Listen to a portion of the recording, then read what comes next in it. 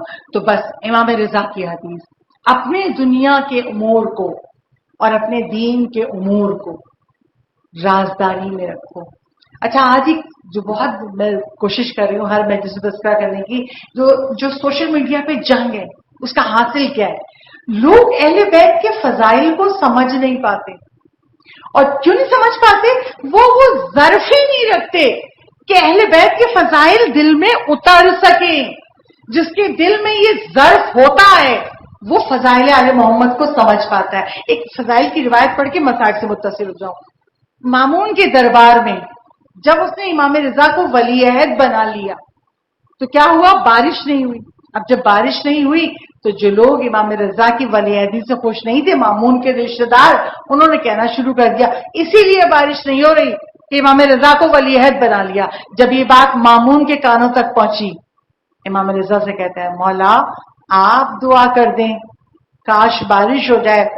اچھا، وہ دن تھا جمعے کا، امام رضا کہتے ہیں دوشنبہ کے دن، دوشنبہ پیر کے دن کا، پیر کے دن میں دوشنبہ کو پیر کے دن میں دعا کروں گا، اور سب کو بول دو آ جائیں شہر سے باہر۔ اب سب کو اعلان ہو گیا کہ امام رضا دعا کریں گے اور بارش ہو جائے گی، سارے لوگ پہنچ گئے۔ امام رضا ممبر پہ بیٹھے اور ممبر پہ بیٹھ کہتے ہیں بار اللہ تو نے ہم پر اپنا فضل و کرم کیا ہے، معبود یہ لوگ ہمیں وسیلہ بناتے ہیں تیرا فضل حاصل کرنے کے لیے، تجھے میری مظلومیت کا واسطہ بارش برسا دے، اور بارش نفع والی برسا جس سے کسی کو نقصان نہ ہو۔ ابھی امام رضا دعا کر ہی رہے تھے کہ بادل آ گئے۔ جب بادل آ گئے، گڑگڑاہٹ ہونے لگی، بادل کڑکنے لگے تو لوگوں نے بھاگنا شروع کیا۔ انہوں نے کہا رک جاؤ، یہ بادل تمہارے لیے نہیں ہے، وہ بادل کسی اور علاقے کے لیے گزر گیا۔ پھر بادل آئے، پھر لوگ اٹھے، کہا نہیں یہ بادل بھی تمہارے لیے نہیں ہے۔ 10 مرتبہ بادل آئے، گزر گئے۔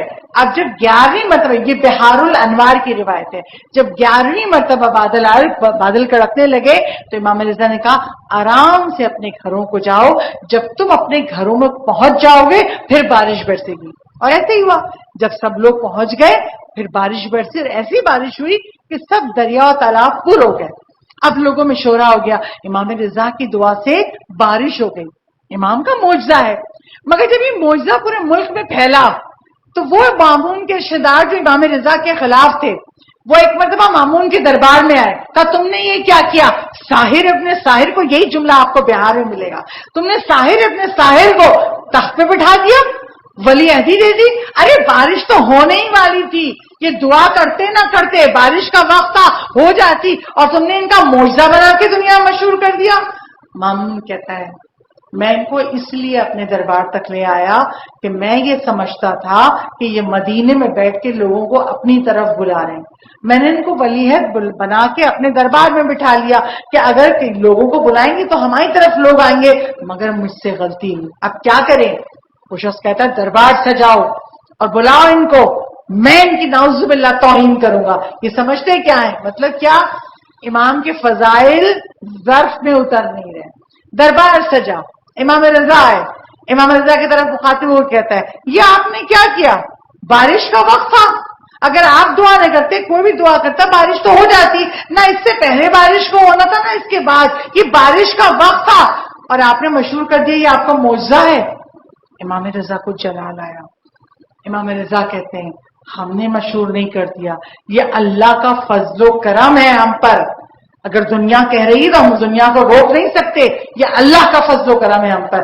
تو وہ شخص کہتا ہے یہ آپ کیا بات کر رہے ہیں؟ آپ سمجھ رہے ہیں آپ نے ابراہیم کا معجزہ کر دیا؟ ابراہیم نے 4 پرندوں کو کاٹا تھا، 4 پہاڑیوں پہ گوشت رکھا، چوچے اپنے ہاتھ میں بیٹھ کے بیٹھے، اور جب پرندوں کو پکارا تو وہ گوشت اوڑ کے آیا اور پرندے بن گئے، یہ معجزہ ہے؟ آپ کا معجزہ کیا ہے؟ بارش تو ہونی تھی۔ جیسے ہی کہا اب وہ شخص کہتا ہے اگر آپ سمجھتے ہیں آپ نے معجزہ کیا ہے، قالین لگا تھا دیوار پہ، آج بھی لوگ سجاتے ہیں دیوار پہ لگاتے، دیوار پہ قالین لگا تھا، بہار الانوار کی روایت اس پہ 2 شیر بنے ہوئے تھے. کہتا ہے وہ شخص کہ اگر آپ سمجھتے ہیں کہ آپ کے معجزے سے بارش ہو گئی، ان شیروں کو بولیے آئے مجھے چیڑ پھاڑ کر ڈالے. تو بولوں کہاں بولیے اگر آپ سمجھتے ہیں کہ آپ نے معجزہ کیا.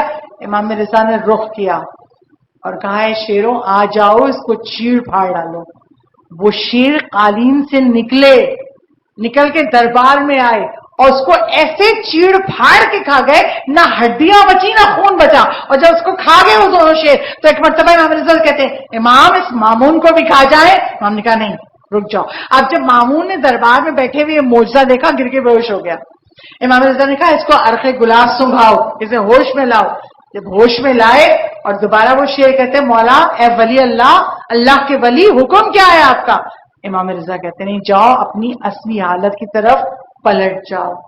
اور وہ دونوں اپنی اصلی حالت کی طرف پلٹ کے قالین کا شیر بن گئے.